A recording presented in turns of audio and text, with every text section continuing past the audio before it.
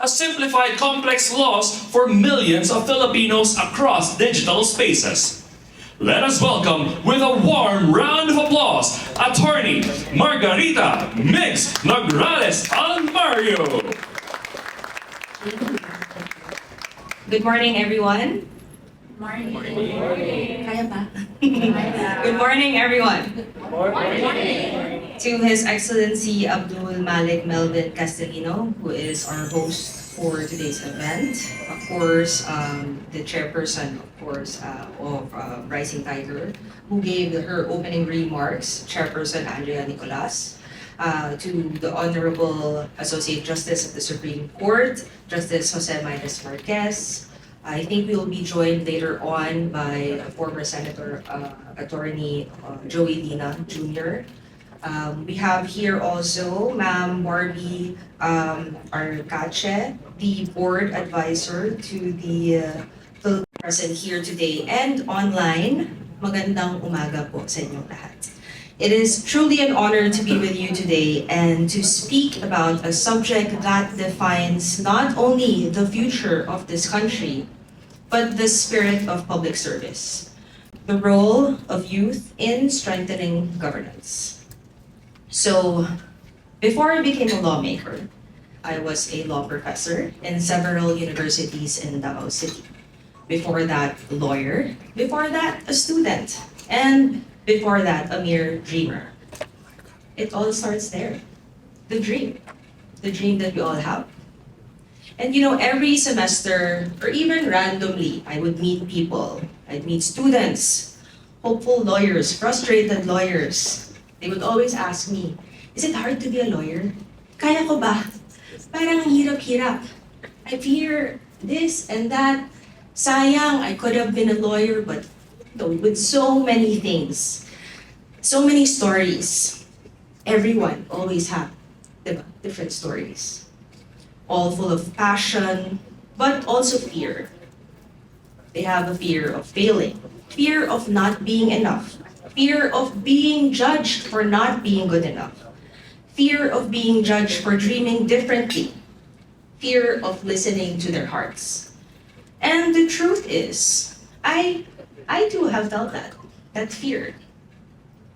And even later, as I served as the representative of Pwersa ng Bayaning Atlanta, or PBA party list, and became a neophyte deputy majority leader of the 19th Congress, I still question myself at times. Can I really make a difference in such a complex system? Maybe. But I am sure of this. Through every hesitation, I learned something that I still carry with me to this day. Courage is not the absence of fear. It is the decision to keep moving, even when fear walks beside you.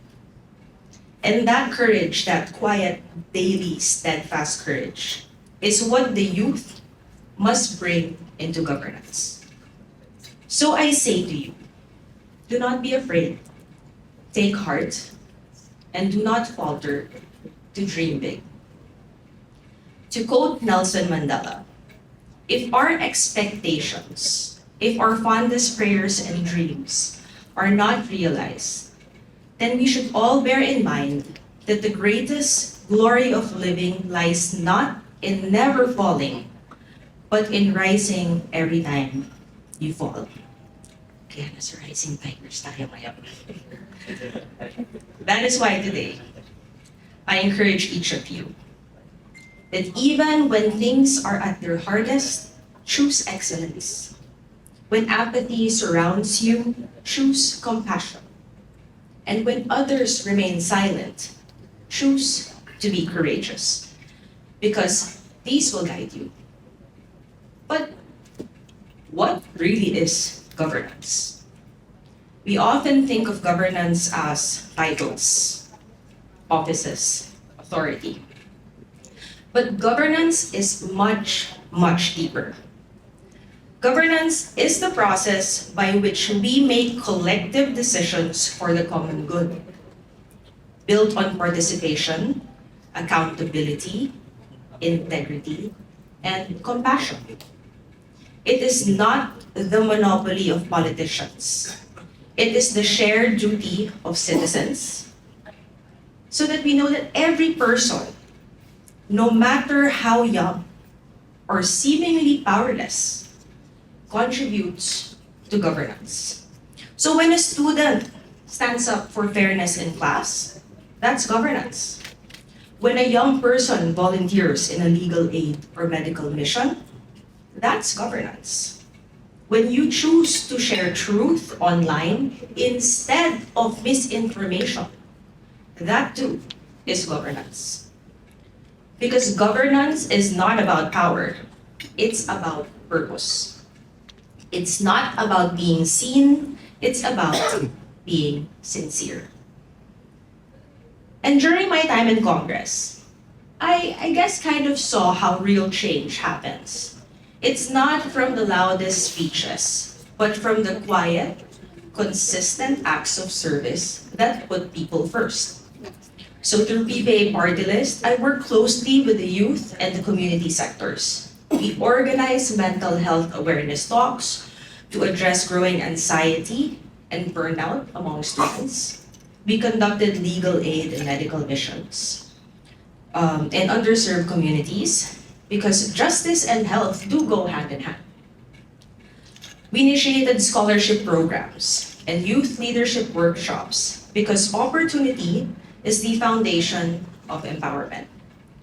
But I will tell you, there are some here that would say that they follow me on my social media accounts. Wala yan sa mga posts, likes, engagement. It's really about being a helping hand. It's being the bridge of the people to the government. It's about making a small difference in the lives of others. And that is public service and governance. It is going beyond oneself to lift others. Yes, of course, bills were filed. Rights were fought for. Donations were given. Projects were done. Buildings were built. All of these things and programs, honestly, you'd hear every congressman say this. It's part of our duty. But we are just one vote out of 300 plus in Congress to get things done. But when it comes to letting governance thrive, I have learned, and I'm still learning, what governance is and maybe should be. You see, governance thrives when people feel seen, heard, and helped. And for the youth, through your passion and creativity, governance will thrive if you can help the government see better, hear better, and serve others better. So I want to embrace this cultural mandate. Stand for what is right even when it is unpopular. Excel even when the task feels overwhelming. Speak and act when injustice tries to silence us, and remain humble, remembering that leadership is not power, but service. And that is why, even while serving in Congress, I continue to teach, not just in classrooms, but also online. So, through my social media platforms, I work to simplify the explanation of laws, dispel misinformation, and try to bridge the gap between the government and the people. I try to educate and give facts and information. Because if this information can spread fast, then truth must be able to spread faster. Don't get me wrong, especially to the youth. I know how tempting it can be nowadays to seek validation. Lagi natin gustong engagement, likes, na share, ilang views. But to speak online, not for understanding, but for attention, is not the be-all and end-all. Although this is the world we live in, that is the reality nowadays, and no one can deny that. To the youth, I say this: please Do not trade authenticity for approval. Do not let the chase for likes drown the voice of your conscience. Yes, it's easy to go with trends, but true leadership demands grounding. Because at the end of the day, relevance that depends on reactions is temporary. Integrity that depends on truth that lasts. So today, to the youth, I say to you this: you are not only the future, you are the conscience of the present. When you engage in student councils, advocacy groups, digital movements, you remind those in power what governance truly means: listening, accountability, and humility. You shape what leadership will look like in the next generation. If you demand transparency, our leaders will learn to listen. If you reward empathy, the government will rediscover its humanity. If you stay engaged, then our institutions will remain strong. That is why even after Congress, I returned to private practice through the firm that I founded, which is Nickel Law NICLD, which now has offices not just in Davao City. We just recently opened in Mati City, Davao Oriental last weekend, and soon next year we will be opening in Makati City. I continued my small businesses. Of course, I support my husband. I find ways to help in my own little way and continue to provide legal educations both in classrooms and online. And even I can tell you that in the legal profession, I see governance every day in how we handle cases ethically, mentor young lawyers, treat clients with fairness, or give talks like this. Because governance is not confined to public office. It lives in every space where integrity is practiced. It is not an event, it is a habit. So every time you choose honesty over shortcuts, kindness over indifference, and service over self-interest, that is governance in action. Because to govern does not only mean to hold office, to govern means to influence. It is lived in the way we speak, the way we work, the way we treat people, and the way we decide, even when no one sees it. But governance also requires hope, especially in times when faith in institutions is tested. So allow me to speak from the heart. I know some of you may feel very discouraged nowadays with what you see online with the news. Alleged corruption in the government, injustice that seem to be unnoticed, to go unnoticed, systems that move too slowly. But I stand before you today alongside an Associate Justice, former Senator later on, colleagues in the government, and even in the private sector, and those working with the groups, the youth, the LGBTQIA+ community, to say this: do not lose faith. Remain grounded and hopeful. There are still good people in the courts, in our agencies, in our communities, working quietly and tirelessly for reform. And every time you, as the youth, choose to believe in justice, choose to work within the system, and choose to demand better, you strengthen it.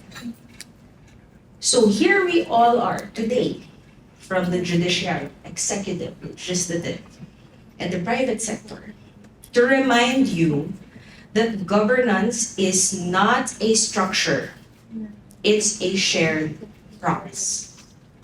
And that promise only lives when you believe in it enough to participate. You have to be able to participate to be able to at least make a difference. So keep your faith in the justice system. Keep your hope in good governance. Keep your trust that your generation can make the system not just stronger, but kinder. We need a little more kindness nowadays, to be very honest with everyone. So before I end, my message to you is simple. You do not need a position to lead. You just need purpose. Do not be discouraged. Do not be swayed by noise. Stay grounded, stay humble, stay hopeful. Because governance is not about who holds power. It's about who holds principle. It's not about how many people you lead. It's about how many lives you lift. You are not here simply to inherit the future. You are here to shape it. Because when the youth choose purpose over popularity, service over self, and truth over trends, governance becomes not just an ideal, but a living reality. So please, please, be the generation that chooses integrity over convenience, responsibility over indifference, service over self-interest, and hope over despair. So together, we can walk forward with courage, courage to correct what is broken, humility to learn and to listen, strength to endure the hard times, and love to give a deep and unwavering love for this nation, so that you may be the youth who do not merely hope for change, but actually become the youth that we need for the change. Daghang salamat kaninyong tanan. Mabuhay ang kabataang Pilipino, ang tunay na lakas ng mabuting pamamahala. I am Attorney Migs Nograles, ang paid kanina.